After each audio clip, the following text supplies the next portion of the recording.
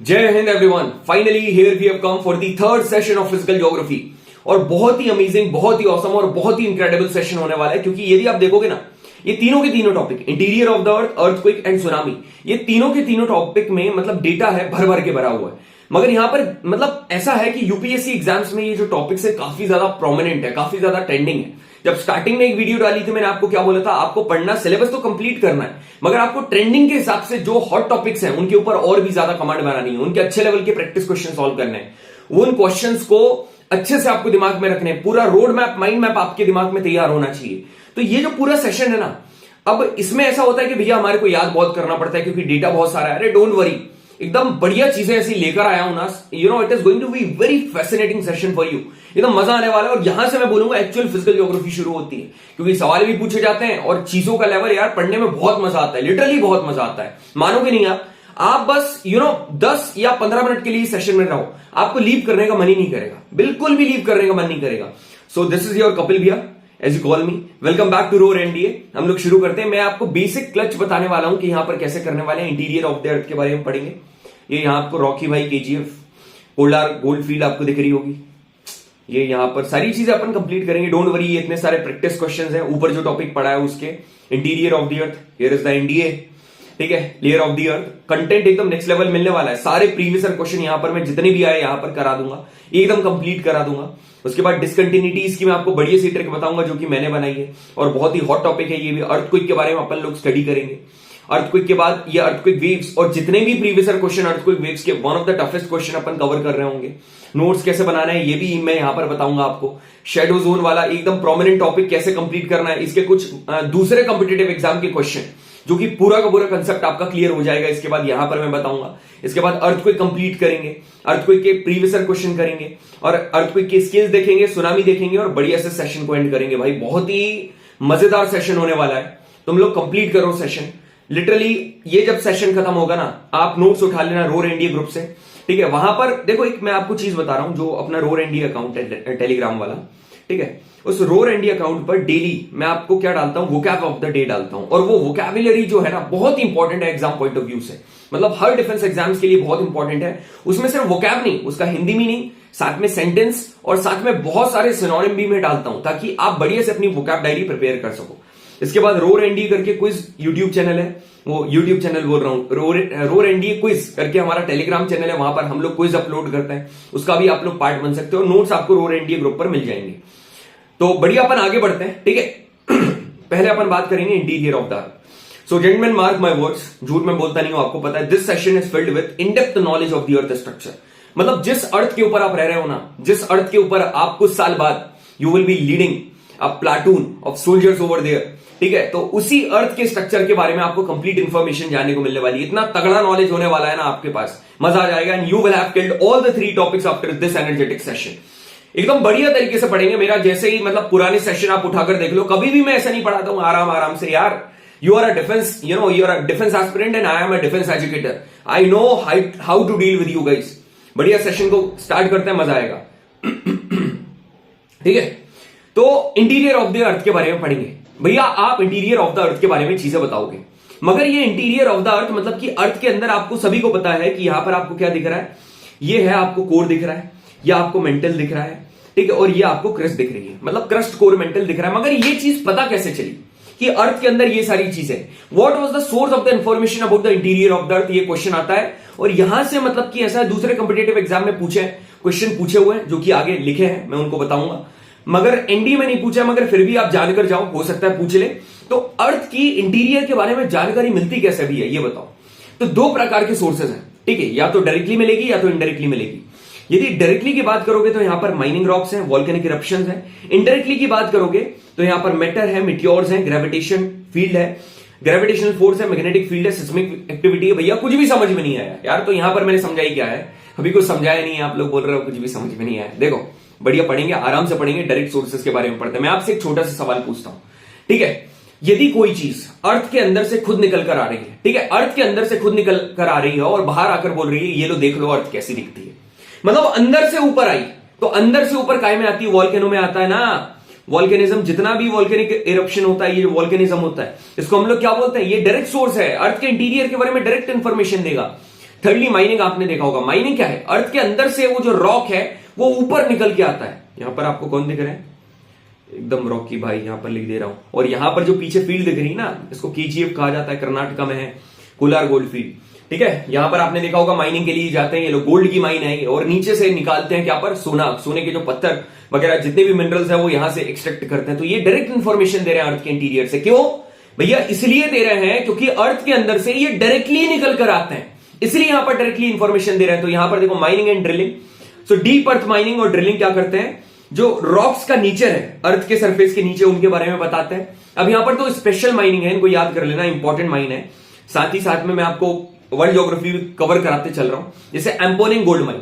एम्पोनिंग gold mine कैसी है? It is the deepest mine in the world. पूरे world में सबसे डीपेस्ट माइन है एम्पोनिंग गोल्ड माइन। और ताउतोना गोल्ड माइन ये सेकंड डीपेस्ट माइन है in the world. In South Africa are the, ये दोनों की दोनों साउथ अफ्रीका में, and these are the deepest mine reaching by a depth of only 3.9 kilometre. ठीक है, 3.9 किलोमीटर। अब इससे भी ज्यादा इंपॉर्टेंट यहां पर लगा दो आप कितने, 2 स्टार लेफ्टिनेंट वाले। The deepest drilling is only about 12 kilometre bored by Soviet Union. मतलब यदि आप ड्रिलिंग का क्वेश्चन आए, सुनना, ड्रिलिंग करना वो वाली ड्रिलिंग अलग है भाई, एनडीए वाली। ये ड्रिल करना मतलब खुदाई वगैरह करना, बोरिंग करना, इसको क्या बोलते हैं? ड्रिलिंग। और माइनिंग अलग होता है। अब यहां पर ड्रिलिंग की जब आप बात करोगे ना, तो सबसे डीपेस्ट ड्रिल 12 किलोमीटर गहरी रशिया, सोवियत यूनियन ने 1970 में करी थी। इसको कहा जाता है कोला की माइन। क्या बोलते हैं? कोला की माइन। और ये आर्कटिक रीजन है। आर्कटिक ओशियन ऊपर वाला, जो रशिया वाला ऊपर वाला पार्ट है, उधर वाला। ठीक है, क्लियर हो गया? तो मैंने सिर्फ आपको ये नहीं बताया, उसके अंदर की इनडेप्थ इंफॉर्मेशन भी बता दी है। क्यों? क्योंकि यदि आपको, देखो मैं आपको एक इंफॉर्मेशन बता रहा हूं भाई, सीधा फंडा है। अभी जो पेपर हुआ था ना, उसमें ज्योग्राफी के 20 क्वेश्चन आए थे। इन 20 क्वेश्चंस में से सारे के सारे क्वेश्चन स्टेटमेंट वाले क्वेश्चन थे। उठाकर देख लेना भाई, हमारा तो काम ही यही है, एनालिसिस हर दिन करते रहते हैं। सारे स्टेटमेंट वाले क्वेश्चन थे। जिस भी बंदे का कंसेप्ट यहां पर क्लियर नहीं है ना, वो बिल्कुल भी नहीं कर पाएगा, बिल्कुल भी नहीं कर पाएगा। तो यहां पर कंसेप्ट इज द पावर। और कंसेप्ट के बाद यदि आपको सारी चीजें वेल ऑर्गेनाइज मैनर में टिप्स और ट्रिक्स के साथ आपके माइंड में स्टोर कराई जा रही है ना, तो इससे भी अच्छी चीज कुछ नहीं हो सकती। और साथ में नेक्स्ट लेवल के प्रीवियस क्वेश्चन कराए जा रहे हैं। सेकंड, यहां पर देखो वॉल्केनिक इरप्शन। ये वॉल्केनिक इरप्शन जो पर्टिकुलर चीज है, ये क्या चीज है? मतलब बहुत सारे मिनरल्स है, जैसे कि डायमंड हुआ, ये कहां पर पाए जाते हैं? अर्थ के सरफेस के ऊपर। मतलब जब इनको निकाला जाता है, that occur on the earth surface or form deep below the earth surface. अब मेरी बात ध्यान से सुनना, वॉल्केनिक इरप्शन सीधी बात पता क्या है? ये वॉल्केनिक इरप्शन कई सारे मिनरल्स की हमारे को इंफॉर्मेशन देते हैं। क्यों? क्योंकि आप खुद सोचो, कभी भी वॉल्केनिक इरप्शन होगा तो नीचे से चीजें ऊपर आएंगी। वॉल्केनिक एक्टिविटी के कारण जो धसी हुई चीजें 150 से 800 किलोमीटर तक, मतलब जो यहां पर मिनरल्स प्रेजेंट है, डायमंड्स प्रेजेंट है, उनके बारे में हमको इंफॉर्मेशन पता चलेगी। तो volcanic eruption is one of the direct sources that reveals the information of the interior of the अर्थ। अब यहां पर आपको 2 बंदे दिख रहे हैं, ठीक है, दोनों आमिर खान है, मगर आपने धूम 3 देखी होगी उसमें। ठीक है, अब एक बात बताओ, ये दोनों के दोनों का क्या है? दोनों के दोनों सेम है। मतलब ये दोनों क्या है? ट्विन्स है। ये दोनों ट्विन्स है। मतलब इसका मतलब ये है कि इन दोनों का स्ट्रक्चर सेम है। तो अब यदि मैं आपसे बोलूं, ये जो पर्टिकुलर बंदा है, पहला वाला बंदा, यदि मेरे को इसके बारे में इंफॉर्मेशन चाहिए होगी तो मैं इससे पूछ लूंगा। यदि मेरे को ये मिल गया तो इससे पूछ लूंगा। यदि मेरे को इसके बारे में इंफॉर्मेशन चाहिए तो इससे पूछ लूंगा। तो ऐसा कंडीशन बिल्कुल है। अब देखो मैं बढ़िया चीज बता रहा हूं तुम्हारे को। तो इनडायरेक्ट सोर्सेस में पहले नीचे वाला पढ़ेंगे, मीटियोरॉइड। मीटियोरॉइड पता क्या है? ये जो मीटियोरॉइड है ना, ये बताते हैं अर्थ के बारे में इंफॉर्मेशन। मीटियोरॉइड के बारे में क्या बताया था? मीटियोरॉइड्स क्या होते हैं?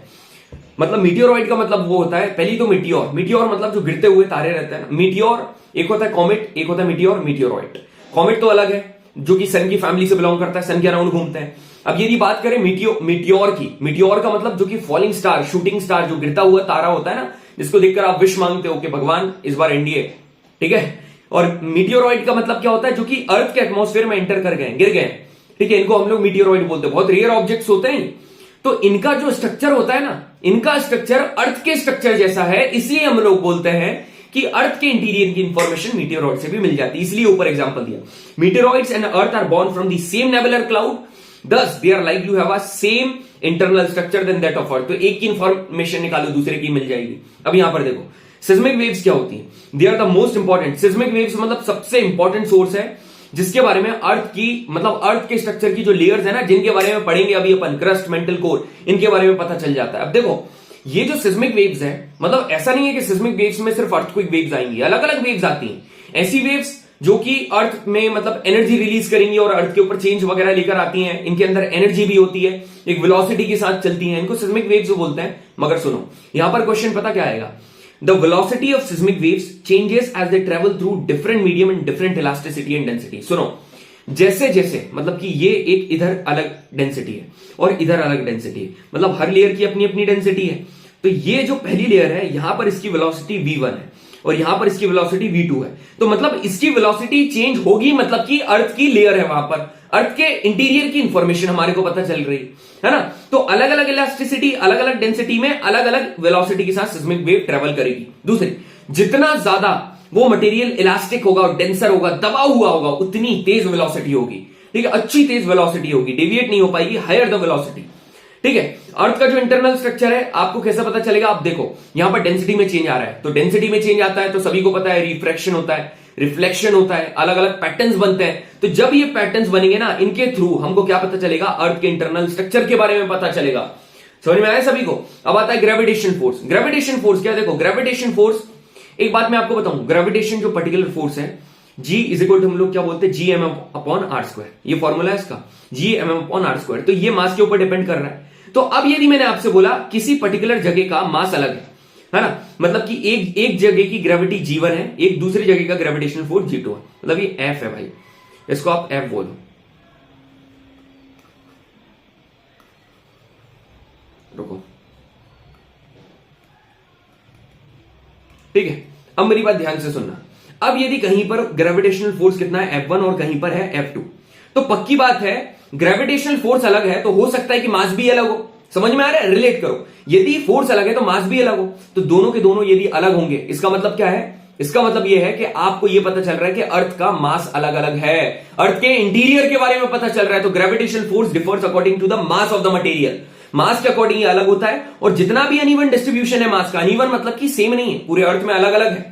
तो ये जो पूरा का मास का मटेरियल जो कि अनइवन है अर्थ के, मतलब अर्थ के अंदर, ये उसकी वैल्यू को इन्फ्लुएंस करता है। और इस डिफरेंस को हम लोग बोलते हैं ग्रेविटी एनोमली, इसको ग्रेविटी एनोमली कहा जाता है, उतना ज्यादा इंपॉर्टेंट नहीं है। फिर आता है मैग्नेटिक फील्ड। अब क्वेश्चन आता है कि मैग्नेटिक फील्ड बनी कैसे? देखो मैग्नेटिक फील्ड पता क्यों बनी? ये जो अर्थ का आउटर कोर है ना, उसमें बहुत ज्यादा कन्वेक्शन करंट्स हुए। इस कन्वेक्शन करंट्स की वजह से अर्थ की मैग्नेटिक फील्ड है। और अर्थ की मैग्नेटिक फील्ड पता बहुत इंपॉर्टेंट है। अब यदि ये अर्थ की मैग्नेटिक फील्ड नहीं होती ना, तो यहां पर अर्थ के एटमॉस्फेयर को प्रोटेक्ट करने के लिए काहे से सोलार विंड से कोई चीज नहीं होती। मतलब मैग्नेटिक फील्ड क्या करती है? जो सन से सोलार विंड से निकल कर आ रही है ना हार्मफुल, उनसे प्रोटेक्ट करने का काम मैग्नेटिक फील्ड करती है। तो इतनी सारी चीजें मैंने आपको बताई हैं। ठीक है, अब एक बेसिक में अब अपन ऊपर चलते हैं, अपन ने क्या पढ़ा? ठीक है, दो प्रकार के सोर्स देखे, एक डायरेक्ट और एक इनडायरेक्ट।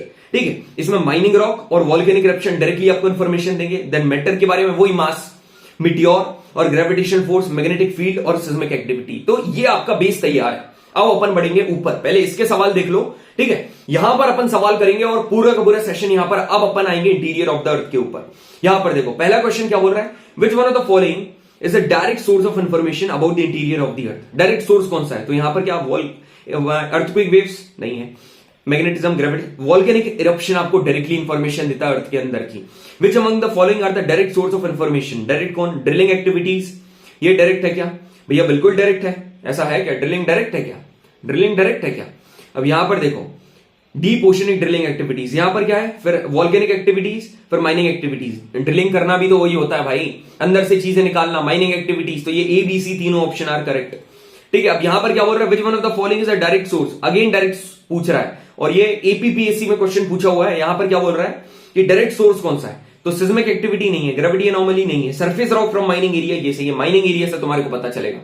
फिर बोल रहा है विच one of the following constitutes indirect sources of information? Indirect, अब इनडायरेक्ट वॉल्केनिक इरप्शन तो होगा नहीं, तो वन काय में आ रहा है, इसमें भी नहीं होगा, इसमें भी नहीं होगा, इसमें भी नहीं। तो option number 2 is the correct answer. ठीक है, ऑप्शन नंबर 2 मीटियोरॉइड और सिस्मिक वेव्स। क्लियर है भैया? पूरा का पूरा टॉपिक क्लियर हो गया। मतलब जो बेस है आपने उसके ऊपर भी क्वेश्चन करा दिए, आपका बेस क्लियर है ना। अब देखो सेशन में कितना मजा आने वाला है।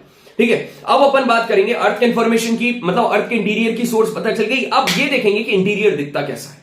ठीक है, इंटीरियर दिखता कैसा है? अब इंटीरियर देखो 3 लेयर में बटा हुआ है, पूरी दुनिया जानती है, पूरी की पूरी अर्थ 3 लेयर में बटी हुई है। Crust, mental, core.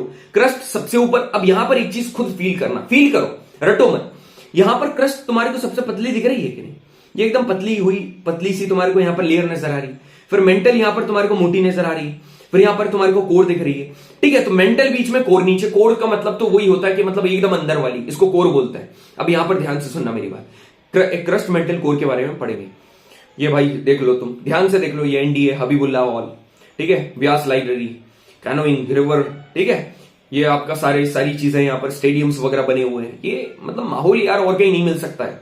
मार्शल्स भी लाइक, मतलब ये स्लाइड, वही मैंने आपसे क्या बोला, कंटेंट में कोई भी ऊपर नीचे नहीं करा है। जो कंटेंट उधर दे रहा हूं ना वो कोशिश कर रहा हूं यहां पर है, मगर वहां पर ऐसा है कि एक पूरा सिस्टमेटिक ऑर्गेनाइज्ड मैनर में इतनी चीजें चल रही हैं कि वो अलग है। बाकी आप देख लेना, उसके बारे में अपन बात नहीं करेंगे। मार्शल्स भी लाइक यहां जाने के लिए सिर्फ फिजिकल ज्योग्राफी नहीं, पूरा सिलेबस फोड़ने के लिए रेडी है। बहुत बढ़िया, चलो आगे बढ़ते हैं, ठीक है। अर्थ के लेयर के बारे में इंफॉर्मेशन करते हैं, ठीक है। यहां पर अर्थ की जितनी भी लेयर्स है ना, वो 3 लेयर है। एक है क्रस्ट है, एक है मेंटल है, एक है कोर है। Crust, mental, core. अब मेरी बात ध्यान से सुनना। पहली क्या है, ये जो क्रस्ट है, it is the outer most thinnest layer. सबसे बाहरी और सबसे पतली लेयर है कौन सी? क्रस्ट। और क्रस्ट की जो डेंसिटी है ना, सबसे कम है। कितनी है? 2.7 ग्राम पर सेंटीमीटर क्यूब इसकी डेंसिटी है। कितनी? 2.7 ग्राम पर सेंटीमीटर क्यूब इसकी डेंसिटी है क्रस्ट की। और ये जो अर्थ है, मैंने आपको क्या बोला था, अर्थ क्रस्ट कैसे बन रही है? रॉक से बन रही है। And rocks are brittle in nature. Brittle का मतलब ये होता है कोई भी चीज को यदि आप तोड़ोगे ना तो वो टुकड़ों में टूट जाएगी। तो क्रस्ट भी पत्थर से मिलकर बनी हुई है, तो पक्की बात है ये भी पीसेस में टूटेगी। तो अर्थ की जो क्रस्ट है ना, ये भी ब्रिटल इन नेचर है। जो क्रस्ट है, इसमें जितने भी रॉक्स प्रेजेंट है, ये सारे के सारे लाइटर मिनरल्स ऑक्यूपाई करते हैं। मैंने आपको क्या बताया, जो रॉक्स है ना, इनमें मिनरल्स प्रेजेंट होते हैं, और क्रस्ट में ऐसे मिनरल प्रेजेंट होते हैं जो कि हल्के होते हैं, ठीक है, जो कि हल्के होते हैं। अब क्रस्ट में जो प्रोमिनेंट मिनरल है, ठीक है, प्रोमिनेंट जो मिनरल्स हैं, उनको याद करने की ट्रिक क्या है? सीएल का मतलब सिलिकन एंड एल्यूमिनियम, सिलिकन और एल्यूमिनियम। अब बहुत लोगों को कंफ्यूजन क्या होता है कि भैया क्रस्ट सिर्फ कॉन्टिनेंट वाला पार्ट होता है, मतलब क्रस्ट सिर्फ सॉलिड होती है, लिक्विड नहीं होता है। आप एकदम गलतफहमी में हो गए, ऐसा नहीं है। देखो, जो क्रस्ट है ना, ये कॉन्टिनेंट वाली भी क्रस्ट होती है और ओशन वाली भी क्रस्ट होती है, मतलब दोनों प्रकार की क्रस्ट यहां पर पाई जाती है। ओशनिक क्रस्ट पतली होती है, कॉन्टिनेंटल क्रस्ट मोटी होती है, ठीक है। यहां पर देखो, ओशनिक क्रस्ट नई होती है, कॉन्टिनेंटल क्रस्ट पुरानी होती है। यहां पर अब मेंटल के बारे में स्टडी करते हैं। मेंटल, पता, याद रखना, पूरी बात याद रखना, ये जो मेंटल है ना, ये मेंटल की गहराई कितनी है? 2900 किलोमीटर, इसकी थिकनेस इतनी है। और 2900 किलोमीटर है तो कहां पर ये पूरी क्रस्ट हो गई? अपर मेंटल हो गई, लोअर मेंटल हो गई, यहां तक पूरी की पूरी कितनी है? 2900 किलोमीटर, 2900 किलोमीटर। अब मैं आपको एक बात बता रहा हूं, अपर मेंटल का एक मेजर पोर्शन है, अपर मेंटल का ये जो मेजर पोर्शन है, इसको हम लोग क्या बोलते हैं? एस्थेनोस्फीयर। एस्थेनो का मतलब होता है वीक। ये एक ऐसी जगह है जहां से जो मैग्मा है ना, makes it way to the surface, मतलब ऊपर रास्ता बनाता है। मास है मेंटल, मास है मैग्मा।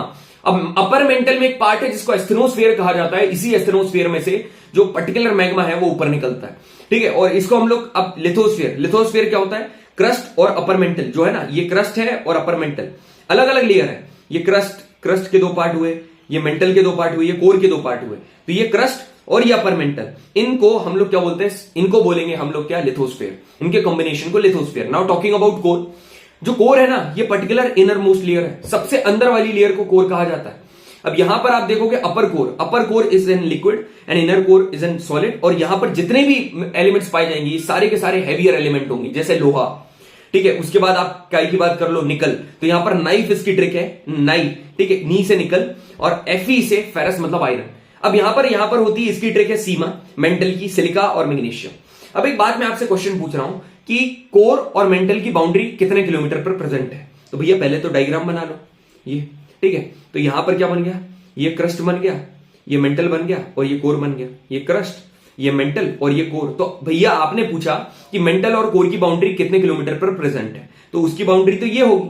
अब ये उतने ही डिस्टेंस पर प्रेजेंट होगी जितनी मेंटल की गहराई है। तो मेंटल की गहराई मैंने कितनी बताई? मैंने बताई 2900 किलोमीटर। तो बस मेंटल मतलब लोअर मेंटल और अपर कोर की बाउंड्री 2900 किलोमीटर पर सिचुएटेड है। इंपॉर्टेंट क्वेश्चन है, दूसरी जगह पूछा हुआ है, ये यहां पर स्टार बना के है, याद कर लेना, ठीक है। अब आगे बढ़ते हैं। अब देखो यहां पर, ठीक है, क्वेश्चन करते हैं open. Which one of the following best describe the lithosphere? अब लिथोस्फीयर को कौन डिस्क्राइब करेगा? पहले तो पूरा का पूरा क्रस्ट ऐड कर लो, और फिर जो अपर मेंटल है, ठीक है, वो आ जाएगा इसमें। तो अपर मेंटल और crust, option number C is correct. अब ये वाला क्वेश्चन क्या बोल रहा है, जो कि अभी एनडीए 2022 में पूछा हुआ है, विच one of the following statement correct? सही कौन सी? अर्थ की क्रस्ट ब्रिटल इन नेचर। हाँ जी, अर्थ की क्रस्ट ब्रिटल इन नेचर है। The mean thickness of the oceanic crust is 15 kilometre. Oceanic crust की 15 किलोमीटर है और कॉन्टिनेंटल क्रस्ट की 30 किलोमीटर है। एक बात मैं आपको बताऊं, ये जो कॉन्टिनेंटल क्रस्ट है ना, आपने देखा होगा डेंसिटी किसकी ज्यादा है? मैंने डेंसिटी मतलब गाढ़ापन किसका ज्यादा है? ओशन का ज्यादा है। तो जो ज्यादा गाढ़ा है वो दबा रहेगा। तो जो ये जो ओशनिक क्रस्ट है ना, ये 15 किलोमीटर नहीं है, ये कम है, ये बहुत कम है। तो यहां पर यदि आप देखोगे ना, कॉन्टिनेंटल क्रस्ट मोटी है ना, ये है आपकी कॉन्टिनेंटल क्रस्ट, और यहां पर यदि आप ये देखोगे ना, ये इतनी पतली, ये है ओशनिक, ये है कॉन्टिनेंट, ठीक है, और ये है ओशनिक, ठीक है। फर्क है दोनों में फर्क है, एक पतली है एक मोटी है। आई होप आपको समझ में आया। सेकंड स्टेटमेंट गलत है, पहली स्टेटमेंट इज ट्रू, ठीक है। अब यहां पर क्या बोल रहा है, अब बोल रहा है कि लिथोस्फीयर वापस से 2019 में पहले क्वेश्चन पूछा, ये कितने इजी क्वेश्चन है भाई। अब क्या बोल रहा है, crust and upper solid mantle, ये बिल्कुल सही है, option number C is correct. अब यहां पर देखो, अब अपन अंदर घुसते हैं, ठीक है। अब डिस्कंटिन्यूटी के बारे में पढ़ते हैं। अब मैं आपको एक बात बताऊं, ये जितनी भी लेयर्स हैं, मतलब जितनी भी लेयर्स हैं सारी की सारी मैंने आपको बताया, मतलब यदि आप पूरे पार्ट को, ये पूरा का पूरा जैसे पर्टिकुलरली पार्ट बन रहा है, ठीक है, तो यहां पर आपको एक ये देखने को मिला, ठीक है, एक ये है, एक ये लेयर है, एक ये लेयर है। तो ऊपर वाले को दो कैटेगरी में डिवाइड कर दो, मतलब upper crust lower crust, upper mantle lower mantle, और अपर कोर और लोअर कोर, ठीक है, अपर कोर और लोअर कोर, ये है और ये है। अब मैं आपको एक बात बताऊं, ये सभी की डेंसिटी अलग अलग है, इन सभी लेयर की ऑफ कोर्स बात है यार, अर्थ क्या हर जगह सेम होगी क्या, नहीं भैया, इनकी डेंसिटी अलग अलग होगी।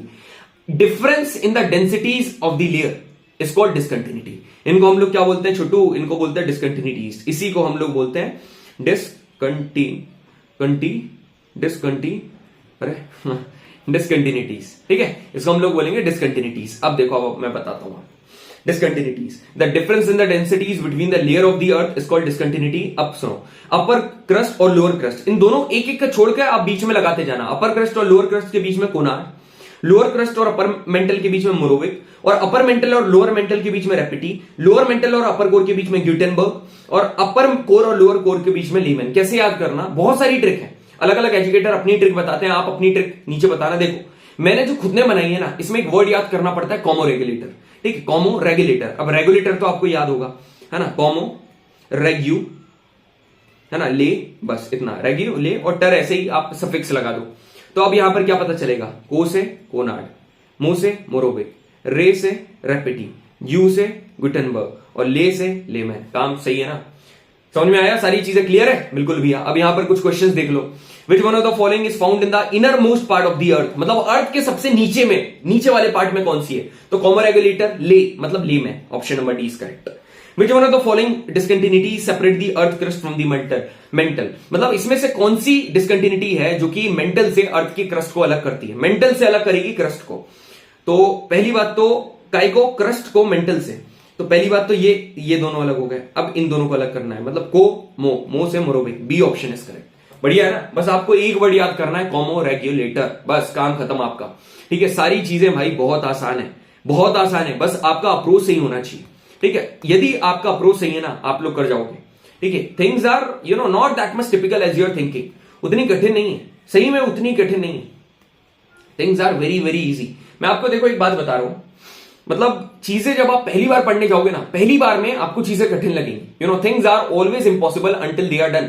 तो पहली बार में कभी भी चीजों को मत छोड़ा करो, पहली बार में never leave the things at a while.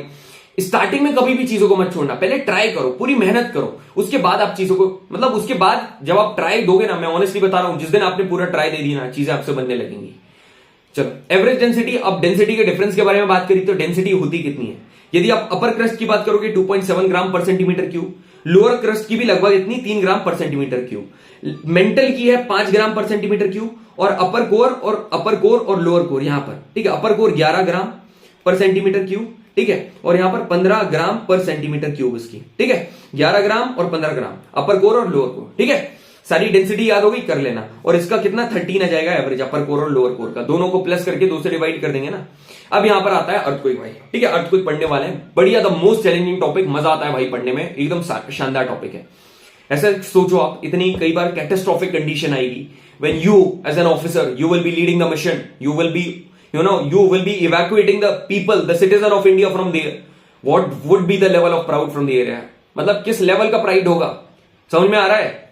ये तो सिर्फ एक टॉपिक है अर्थक्वेक, इसलिए मैं बोल रहा हूं रिलेट करके पढ़ा करो, कभी आपको डिमोटिवेशन हो गई, हमेशा आप सेल्फ मोटिवेटेड रहोगे कि यार मेरे को पढ़ना है, ठीक है। अब यहां पर देखो अर्थक्वेक का मतलब क्या होता है पता, जमीन हिलना, तो trembling, shaking, vibrating of the earth surface due to the release of energy, मतलब अर्थ में इतनी सारी एनर्जी भरी हुई है कि ये जो अर्थ की एनर्जी को रिलीज करना पड़ेगा, नहीं तो अर्थ फूट जाएगी, टेम्परेचर बढ़ जाएगा।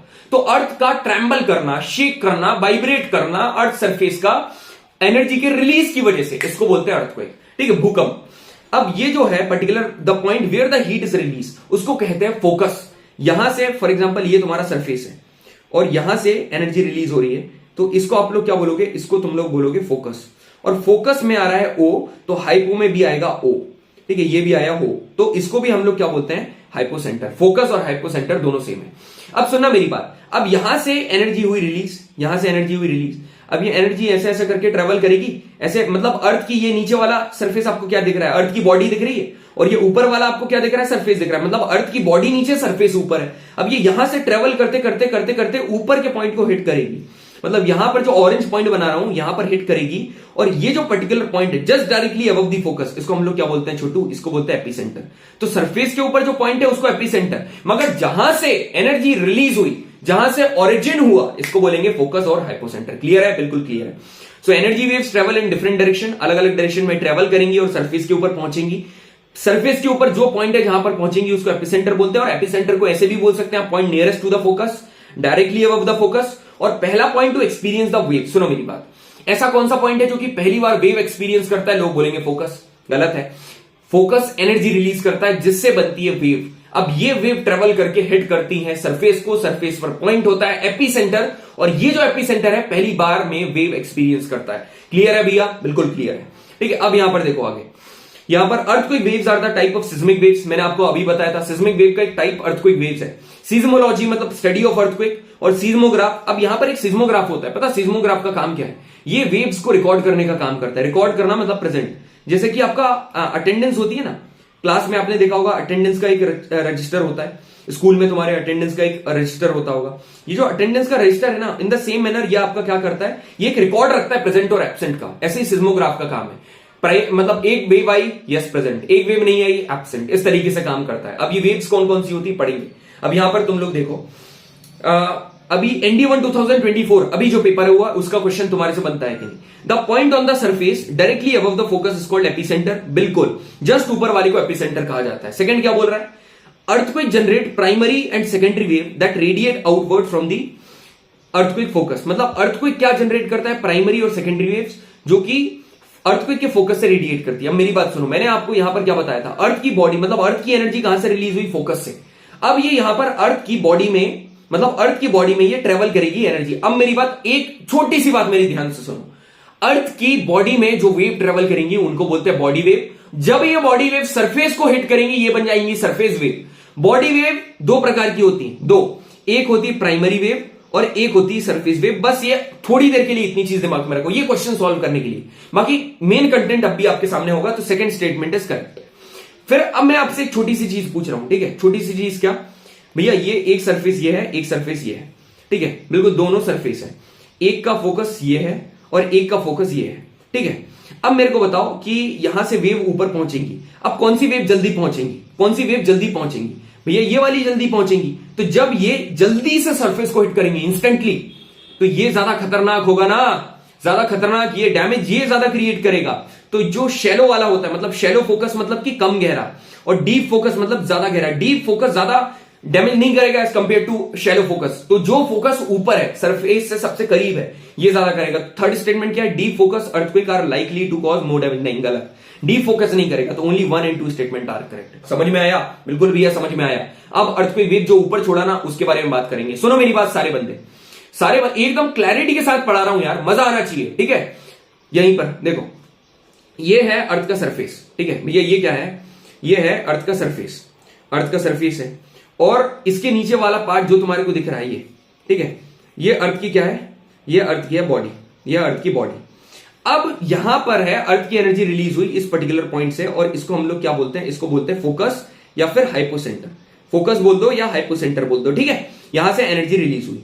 अब जब यहां से एनर्जी रिलीज हुई तो ये कैसे ट्रेवल करेगी, ये यहां पर जाएगी, ये फैली, ये फैली, ये फैली, ये फैली, ये फैली, ये फैली, मतलब अर्थ की बॉडी में जो वेव ट्रेवल करेगी इसको आप लोग क्या बोलोगे, इसको बोलोगे आप लोग बॉडी वेव, ठीक है, इसको बोलोगे बॉडी वेव, ठीक है। ये बॉडी वेव्स है। अब जब ये बॉडी वेव इंटरेक्ट करेंगी ये सरफेस के साथ, तो ये क्या बन जाएंगी, ये बन जाएंगी सरफेस वेव, ठीक है। ये क्या बन जाएंगी, सरफेस वेव। अब ये सरफेस वेव बन जाएंगी। अब मेरी बात ध्यान से सुनना, बॉडी वेव दो प्रकार की होती है हीरो, एक होती है प्राइमरी वेव, एक होती है सेकेंडरी वेव, ठीक है, प्राइमरी वेव और सेकेंडरी वेव, ठीक है। Primary waves are just like sound wave. ये कैसे साउंड वेव के जैसी है? साउंड वेव कैसी है? लॉन्जिट्यूडनल। अब यहां पर अब लॉन्जिट्यूडनल, अब साउंड वेव कैसी है ये भी याद करना है। साउंड वेव है लॉन्जिट्यूडनल, ताकि फिजिक्स का कंसेप्ट भी क्लियर हो जाए। लॉन्जिट्यूडनल, और ये सॉलिड लिक्विड गैसेस तीनों में ट्रेवल करेगी। अब टॉकिंग अबाउट सेकेंडरी वेव, ये सिर्फ ये है ट्रांसवर्स, अब ये लॉन्जिट्यूडनल है, ट्रांसवर्स होगी, और ये सिर्फ सॉलिड में ट्रेवल करती है। क्लियर है? बिल्कुल क्लियर है। अब दूसरा सरफेस वेव क्या आता है? सरफेस वेव में दो चीजें आती है। सरफेस वेव में दो चीजें क्या आती हैं? एक आती है आर वेव और एक आती है एल वेव, रेले वेव, और एक आती है लव वेव। सुनना मेरी बात, ये जो लव वेव है ना, इसको बोलते हैं लव वेव, और ये है रेले। ठीक है, तो मेरी बात ध्यान से सुनो। ये जो लव वेव है ना, ये ज्यादा डैमेज करती है, प्यार करता है ना बहुत ज्यादा डैमेज करता है। तो ये वही चीज है, लव वेव है, ज्यादा डैमेज करेगी। भैया सारी चीजें क्लियर है, मगर एक बार आप अपने फ्लो चार्ट में बता दोगे ना तो दिमाग में बैठ ही जाएगा। क्यों नहीं बताऊंगा भाई? ये देखो, अपना एकदम अलग ही चलता है, एकदम अलग ही, मतलब बाकी लोग एकदम स्लाइड बनाएंगे ऐसा लाइन बाय लाइन, अपना एकदम अलग ही फ्लो चार्ट में खेल खत्म। और ऐसा भी नहीं है कि इसके बाहर कोई कंटेंट चला जाए, बहुत पूरी इंफॉर्मेशन यहां पर अपन नोट डाउन करवा देता है। यहां पर बॉडी वेव और यहां पर है सरफेस वेव। बॉडी वेव क्या है? These are generated, body waves are generated due to release of energy at the focus, and they are generated when the surface wave कब, मतलब अब ये जो पहले बॉडी वेव कंप्लीट करते हैं, अब ये कैसे ट्रेवल करेंगी? थ्रू द बॉडी, और ये दे आर नॉन डिस्ट्रक्टिव, कोई भी डिस्ट्रक्शन इनकी वजह से नहीं होता है। दो प्रकार की, पी वेव और S wave. P wave are just like sound wave, जो कि लॉन्जिट्यूडनल है, तीनों में ट्रेवल करेंगी। ये ट्रांसवर्स है, सिर्फ सॉलिड में ट्रेवल करेंगी। पी वेव कई गुना ज्यादा फास्ट है और एस वेव स्लोअर है। अब यहां पर ऑन दी अदर हैंड आप ये देखोगे, सरफेस वेव कब जनरेट होती है? जब body wave interacts with surface. अब ये ट्रेवल थ्रू दी सरफेस, और ये काफी ज्यादा डिस्ट्रक्टिव होती हैं। दो प्रकार की हैं, एल वेव और आर वेव। इसमें L wave are most destructive. खत्म, इसके बाहर सवाल नहीं जाने वाला है, सवाल नहीं जाएगा, सीडीएस में नहीं जाएगा, तो फिर आपका क्या है? यहां पर देखो question number 60, which one of the following statement is not correct regarding earthquake waves? P waves move faster and are the first to arrive at the surface. बिल्कुल। अब आप बोलोगे भैया सरफेस पर तो पहले बॉडी वेव जाती, पी वेव कैसे आ रहे? बॉडी वेव का एक टाइप ही तो प्राइमरी वेव है, तो पहला स्टेटमेंट सही है। P waves can travel through सभी के, मतलब सॉलिड लिक्विड गैस, बिल्कुल ये भी सही है। Seismograph located beyond 145 from centre can record, ये एक मिनट सुनो, ये जो दो है। अब आया सिज्मोग्राफ, ये क्या चीज है? शैडो जोन, ये क्या चीज है? जानबूझकर ये क्वेश्चन पहले डाला। एक मिनट रुक जाओ, एकदम ये वाला कंसेप्ट आपके दिमाग में फिट नहीं करवाया तो मेरा नाम कपिल गौर नहीं भाई। पूरा कंसेप्ट आपके दिमाग में होगा और सवाल आप कर दोगे, कोई सा भी कुछ भी सवाल उठा लेना, आप करने लगोगे। ये वाला क्वेश्चन देखो, ये वाला 58 क्वेश्चन एनडीए 1 2023 का क्या बोल रहा है? Hypocentre is the point on the surface of the earth nearest to the focus. बिल्कुल सही है, सरफेस पर पॉइंट होता है। सेकंड क्या बोल रहा है? Velocity of earthquake waves is higher in denser medium. मैंने आपको ऊपर ही सिस्मिक वेव्स जब पढ़ रहे थे तब बता दिया था ना कि सिस्मिक वेव्स कब ज्यादा है? जब मीडियम ज्यादा डेंस होगा, ज्यादा इलास्टिक होगा। तो सेकंड स्टेटमेंट भी सही है। थर्ड स्टेटमेंट क्या बोल रही है? P waves move faster and are first to arrive at the surface. हाँ जी सही है। ऑल दी स्टेटमेंट्स क्या बोल रहा है? रुको रुको रुको रुको रुको, consider the select the correct using the given code.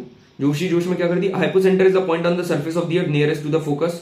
सही है। Velocity of earthquake waves is higher in denser medium, denser medium में ज्यादा है। P waves move faster and the first to arrive at the surface. ठीक है, P waves क्या है? P waves move faster, मतलब फास्ट मूव करती हैं, and they are first to arrive at the surface of the earth. ये तो सही है, थर्ड वाला भी सही है। पी वेव फास्ट मूव करेंगी और सरफेस पर पहले आएंगी। Velocity of the earthquake waves is higher in denser medium. Hypocentre is the point on the surface of the earth. मतलब ये जो पर्टिकुलर हाइपोसेंटर है, ये कहां पर पॉइंट है? ऑन दी अब ये देखो, ये गलती करवाई ना, ये देखो ये गलती करवाई। पहला स्टेटमेंट देखो, आप पहली स्टेटमेंट देखो, मजा आ जाएगा भाई क्या गेम खेला यार। मैंने आपको बोला था ना, पहला स्टेटमेंट देखो। यहां पर मतलब हाइपोसेंटर सरफेस पर नहीं होता है, सरफेस पर क्या होता है? एपीसेंटर। सरफेस पर एपीसेंटर होगा, है ना। हाइपोसेंटर और फोकस एक ही बात है। तो option 2 and 3 are correct, option B is correct. ठीक है, बढ़िया था ना। अब क्वेश्चन आता है भैया नोट्स कैसे बनाए? ऐसे बनाओ। ठीक है, इस तरीके से, this is the ideal way to make the proper notes. ठीक है, ऐसे आपको पूरे नोट्स बनाने हैं, ज्यादा हैवी नहीं करना है, ऐसे नहीं लिखना है, एकदम कंसाइज मैनर में आपको इस तरीके से लिखना है और आपका पूरा का पूरा काम एकदम क्लियर हो जाएगा। सारी चीजें आपके माइंड में ना फिक्स हो जाएंगी, एक तरीके से माइंड मैप बन जाएगा जितना फ्लो चार्ट का यूज करोगे। एकदम क्रक्स में लिखो, ठीक है, क्रक्स में लिखो, कंसाइज मैनर में लिखो, चीजें सही रहेंगी। अब आगे बढ़ते हैं शैडो जोन। शैडो जोन का मतलब पता क्या होता है? शैडो जोन एक ऐसा स्पेसिफिक एरिया है जहां पर वेव्स रिपोर्ट नहीं करती हैं। मतलब शैडो जोन मतलब पता क्या होता है? शैडो जोन मतलब ऐसा एरिया जिसमें वेव्स रिपोर्ट नहीं करेंगी। मतलब कि मैं देखो, शैडो जोन का मतलब क्या है? अब मैंने तुमसे बोला कि एब्सेंट जोन क्या है। ठीक है, एब्सेंट जोन क्या है? यहां पर मैंने बोला एब्सेंट जोन क्या है, तो एब्सेंट जोन तुम लोग क्या बोलोगे? एब्सेंट जोन वो कंडीशन है जब क्लास में क्या होती है, क्लास में होती है एब्सेंट। ठीक है, एब्सेंट कब लगेगी, एब्सेंट लगेगी। अब एक बात बताओ, यदि आप क्लास में नहीं हो, प्रेजेंट नहीं हो, यदि आप क्लास में प्रेजेंट नहीं हो, एब्सेंट हो, तो क्या आपका रजिस्टर में नाम रिकॉर्ड होगा, नहीं होगा। अब मैंने आपको क्या बताया, रजिस्टर यहां पर क्या है, आपका जो रजिस्टर है वो रजिस्टर, कई लोगों को याद आ गया होगा, रजिस्टर क्या है, सीज्मोग्राफ। रजिस्टर है सीज्मोग्राफ, मतलब रिकॉर्ड करने का काम किसका है, सीज्मोग्राफ। तो सीज्मोग्राफ ने यदि रिकॉर्ड नहीं करा, मतलब सीज्मोग्राफ ने यदि किसी वेव को रिकॉर्ड नहीं करा क्योंकि वो वेव आई नहीं, तो इसका मतलब ये उसका शैडो जोन है। समझ में आया, ये उसका शैडो जोन है। एक ट्रिक बता भाई, एक बार सुनना मेरी बात, है ना, बता रहा हूं आपको, एक बारी में याद कर लेना। यहां पर मैं लिखूंगा वेव्स के नाम, ठीक है, सुना, पहले यहां पर लिखेंगे जो सीज्मोग्राफ है, ठीक है, किस किस को रिकॉर्ड कर लेता है, किस किस को रिकॉर्ड कर लेगा, और यहां पर शैडो जोन किसका है ना, शैडो जोन। और यहां पर हम बात करेंगे रेंज की, यहां पर बात करेंगे रेंज की, ये रेंज की सारी चीजें मैं इसी में क्लियर करवा रहा हूं, मेरी बात ध्यान से सुनना, ठीक है, ध्यान से सुनना मेरी बात, ठीक है। पहले 105 डिग्री के अंदर, मतलब ये यहां पर देखो, ये क्या कहानी क्या है, यहां पर आपने क्या रखा, सीज्मोग्राफ। अब ये इतना एरिया कितना, 105 डिग्री के अंदर आ गया, ठीक है, फिर इतना किसके अंदर आ गया, 145 डिग्री के अंदर, और फिर ये 145 के बाद, ठीक है, इतना इस तरफ वाला 105 डिग्री, वही 145 के बाद। तो अब मेरी बात ध्यान से सुनना, मेरी बात सुनोगे ना, आपको एक बार में चीजें क्लियर होंगी। विदिन, मतलब विदिन 105 डिग्री, 105 डिग्री के अंदर दोनों की दोनों वेव रिकॉर्ड करेगा कौन, शैडो जोन। मतलब पी को भी रिकॉर्ड करेगा, एस को भी रिकॉर्ड करेगा। तो क्या शैडो जोन पी वेव का है, नहीं है, क्योंकि वो तो रिकॉर्ड हो रही है। एस वेव का है, क्योंकि वो तो रिकॉर्ड हो रही है, काम खत्म, ठीक है। 105 से अब 145 के बीच में ये दोनों को ही रिकॉर्ड नहीं करेगा, पी को भी नहीं करेगा, एस वेव को। तो शैडो जोन किसका है, पी का भी है और एस वेव, मतलब जिसकी रिकॉर्डिंग नहीं होगी उसका शैडो जोन है। अब बियॉन्ड 145, मतलब 145 डिग्री के बाद, 145 डिग्री के बाद पता क्या सीन है, पी वेव को रिकॉर्ड करेगा, एस वेव को रिकॉर्ड नहीं करेगा, मतलब पी वेव का शैडो जोन नहीं है और एस वेव का शैडो जोन है। समझ में आया। तो सबसे ज्यादा शैडो जोन किसका है, बताओ मेरे को, किसका सबसे ज्यादा शैडो जोन है। देखो यहां पर किसका था, दोनों का ही नहीं था, यहां पर दोनों का है। अभी तक तो दोनों इक्वल है, मगर यहां पर एक्स्ट्रा क्या गया, एस का है। तो ज्यादा शैडो जोन का है, एस वेव का है। तो अब ऊपर जो क्वेश्चन की स्टेटमेंट छोड़ी थी, करें, हाँ जी भैया करो। ये वाला क्या बोल रहा है, seismograph located beyond 145 from epicentre can record the arrival of P wave, मतलब पी वेव का अराइवल रिकॉर्ड कर सकता है, बिल्कुल सी भी सही है। अब पी क्या, डी क्या बोल रहा है, P waves have maximum area under shadow zone, ना भाई, एस वेव का है, एस वेव ज्यादा रिकॉर्ड नहीं होती है। तो डी ऑप्शन हमारा सही है, डी सही है, ठीक है। अब भैया सिर्फ एक ही क्वेश्चन कराओगे, अरे चिंता मत करो छोटू, सब बताऊंगा। ये देखो 105 डिग्री के अंदर दोनों को रिकॉर्ड करेगा, विद इन 105 और मतलब 105 बिटवीन होना था, जहां बिटवीन 105 एंड 145 दोनों को ही रिकॉर्ड नहीं करेगा, और यहां पर बियॉन्ड 145 सिर्फ पी को रिकॉर्ड करेगा। तो जिसको रिकॉर्ड नहीं करेगा उसका क्या है, शैडो जोन है। एकदम इजी और सिंपल अप्रोच है, ठीक है। और इस अप्रोच को अपन नाम देते हैं कैप्टन अप्रोच, क्या, कैप्टन अप्रोच, क्योंकि यही तो कंसेप्ट है।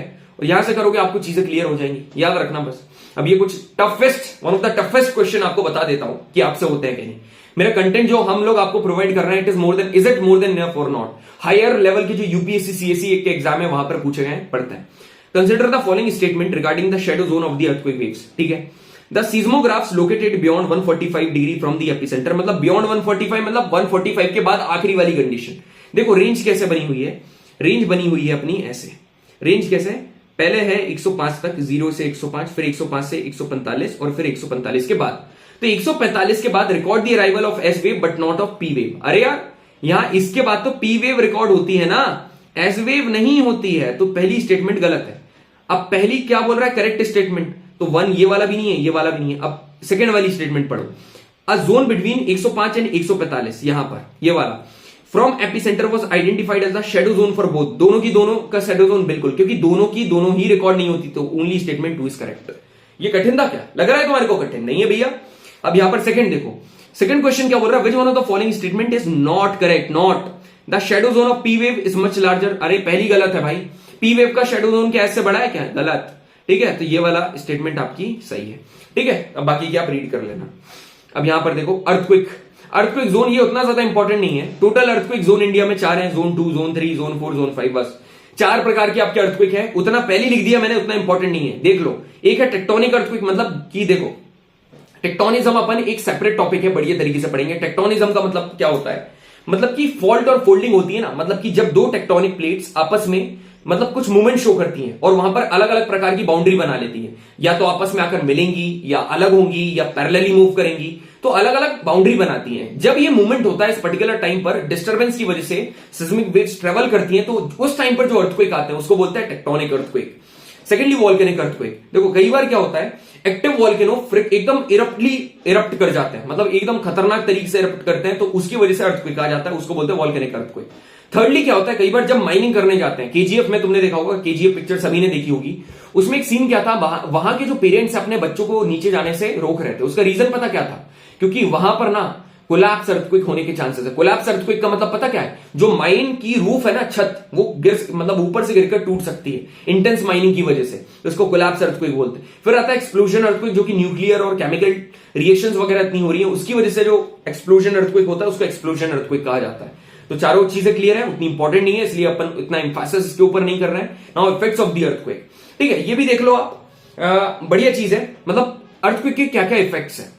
यहां पर ये जो इफेक्ट्स है ना, ये आपको एकदम तुरंत दिखाई देंगे। कैसे, ये देखो, एकदम पहली बात है ग्राउंड शेक। ग्राउंड शेक करना मतलब ट्रेम्बल करना, हिल जाना ग्राउंड का, ट्रेम्बल करना, शिवर करना, शिंक करना, इसको ट्रेम्बल बोलते हैं, ट्रेम्बलिंग। अब आता है differential ground settlement. Differential ground settlement का मतलब क्या है, यहां पर देखो, ये जो डिफरेंशियल ग्राउंड सेटलमेंट, ये घर कैसा था, एकदम सीधा था, मगर यहां पर अर्थक्वेक की वजह से क्रैक आई, तो ये वाला जो पार्ट है ये नीचे दफना गया, नीचे चला गया ड्यू टू द क्रैक्स, मतलब डिफरेंस इन द सेटलमेंट।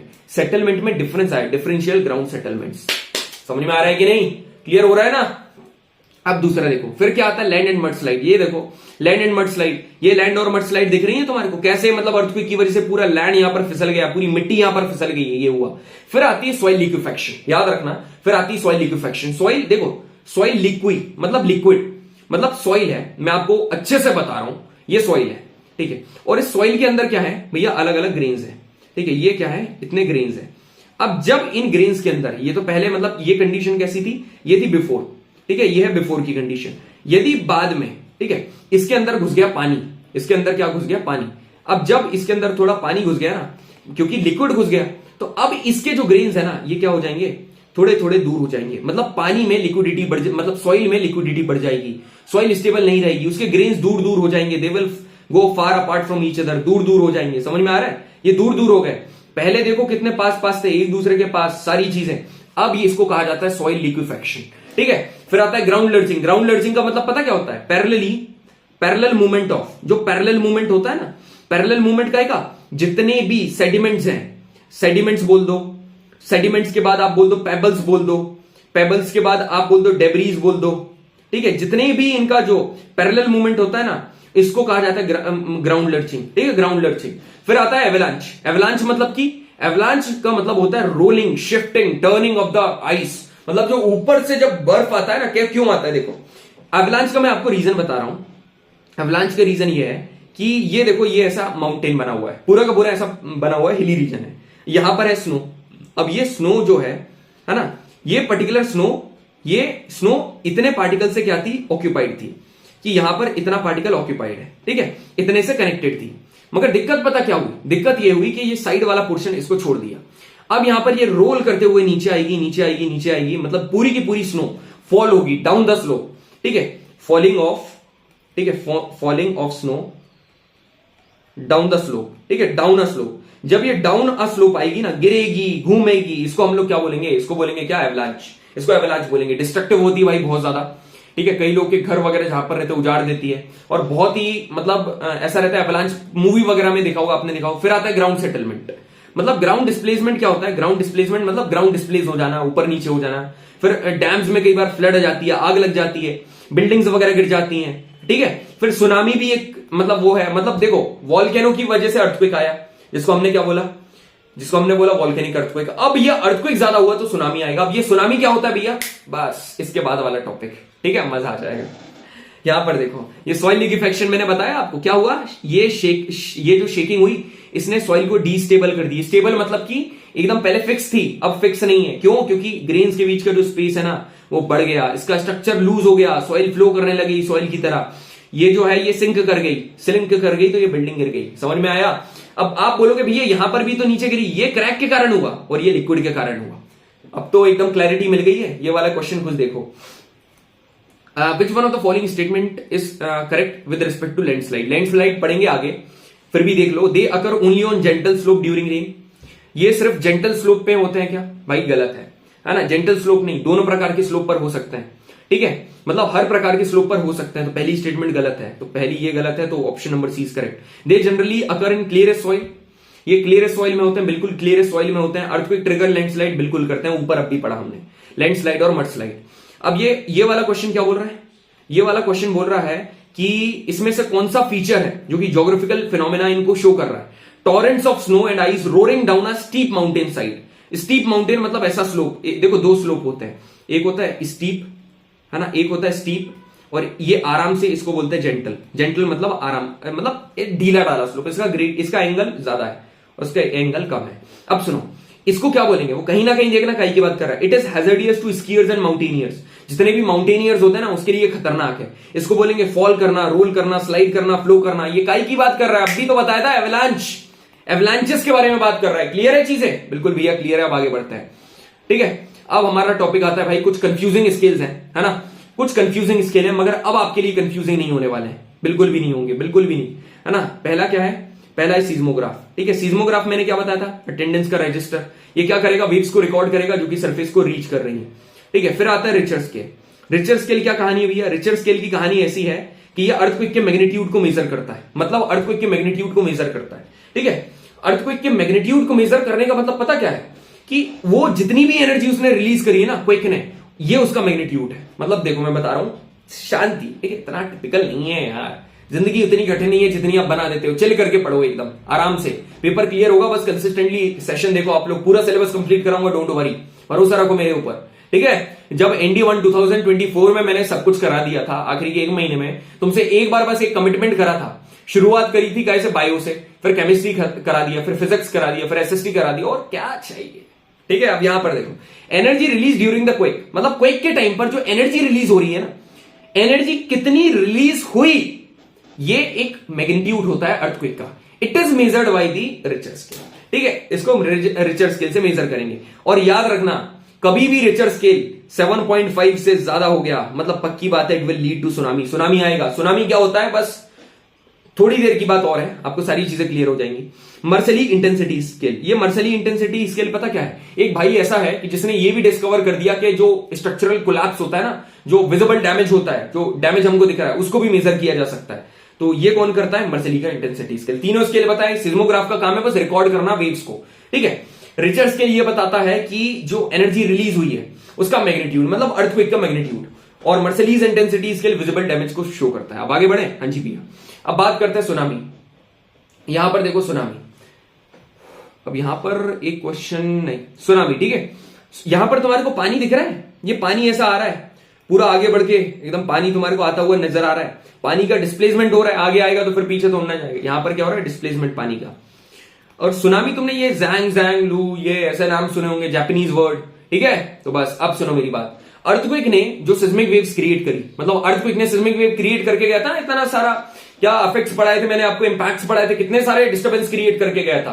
तो जो सिस्मिक वेव्स तुम्हारे अर्थक्वेक ने क्रिएट करी है ना, the seismic waves which are being created by the earthquake, they will travel through the sea water. ये सी वाटर से ट्रेवल करेंगी, और इसका जो फिनोमेना है इसी को कहा जाता है सुनामी। और ये जो सुनामी को हार्बर वेव्स भी बोलते हैं, टाइडल वेव्स भी बोलते हैं, और ये एक जापानीज वर्ड, ठीक है। और यहां पर जनरली क्या होता है? पानी का डिस्प्लेसमेंट होता है। कभी भी रिचर स्केल 7.5 से ज्यादा होगा और शो करेगा अर्थक्वेक की इंटेंसिटी को, उसकी मैग्नीट्यूड को, तो पक्की बात है यहां पर क्या आने वाला है भाई? सुनामी, ठीक है। और ये मेजरली कहां पर आता है? पैसिफिक ओशियन में। और पैसिफिक ओशियन जिसको ring of fire subduction zone भी कहा जाता है, डोंट वरी, वॉल्केनो वाले में सब पढ़ेंगे, ठीक है। अभी के लिए याद कर लो, पैसिफिक ओशियन के मेजरली वाले ये वाले पार्ट को ring of fire subduction zone कहा जाता है। और यहां पर वॉल्केनो भी काफी ज्यादा होते हैं। और भी रीजन हो सकते हैं, जरूरी थोड़ा है कि अर्थक्वेक की सिस्मिक वेव्स की वजह से होगा। भाई लैंडस्लाइड हो जाए बहुत खतरनाक सी में। अब सबमरीन वॉल्केनिक इरप्शन, भैया मतलब आपका मतलब यह है कि ओशियन में वॉल्केनिक इरप्शन होगा? हाँ जी, एक मतलब नाम होता है जिसको कहा जाता है मिड ओशियनिक रिज, ये होती है ओशियन में। तो ओशियन के अलोंग जो ऐसा सेंटर होता है ना, ओशियन का सेंटर, यहां पर होता है वॉल्केनिक इरप्शन, ठीक है। यहां पर क्या होता है? वॉल्केनिक इरप्शन, ये वॉल्केनिक इरप्शन होता है यहां पर, ठीक है। यहां पर वॉल्केनिक इरप्शन होगा। थर्ड क्या है? Meteoroid impact at large scale. यहां पर मीटियोरॉइड्स का इंपैक्ट होता है लार्ज स्केल पर, काफी ज्यादा यहां पर इंपैक्ट देखने को मिलता है।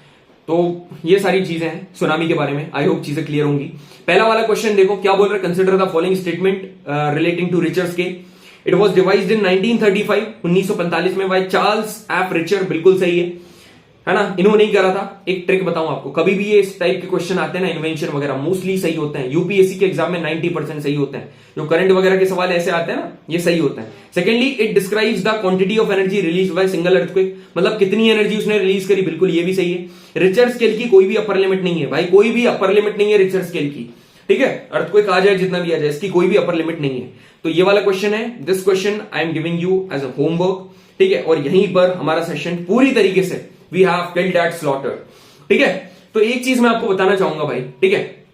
कई लोग हैं, बहुत सारे बोल रहे हैं कि मतलब यार बहुत सारे लोगों का डाउट होता है कि भैया हिस्ट्री भी कर ले, पॉलिटी भी कर ले, ठीक है, वहां से करंट अफेयर भी कर ले, बायो भी कर ले, फिजिक्स भी कर ले, ये भी कर ले, वो भी कर ले। यार 17 जगह जो इंसान जाता है ना, वो कुछ भी ढंग से नहीं कर पाता है, ठीक है। पर्टिकुलरली फॉर एनडीए एग्जाम आपको अपनी स्ट्रेंथ समझना पड़ेगा, आपको कम समय में ज्यादा रिजल्ट निकालना है, ठीक है। ऐसा नहीं हिस्ट्री पढ़ने जाओगे तो एक महीना पूरा हिस्ट्री को पूरी कंप्लीट करने 1 महीने से ज्यादा चाहिए, और वही 1 महीना साइंस और यहां ज्योग्राफी को तो कितने सारे सवाल होंगे तुम्हारे, समझ में आ रहा है। ज्योग्राफी में there are coming 20 questions and from science there are coming 50 questions and from English there are coming 50 questions. 50 50 21 124 सा कितना होता है, खुद सोचो।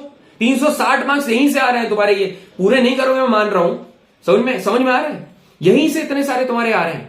तो कम समय में ज्यादा work, this is the quality and this is the efficiency what Ruhr NDA, what your Kapil भैया, व्हाट योर नरेंद्र भैया एम्स फॉर, ठीक है। यही इसी तरीके से आपको मेहनत करना है भाई।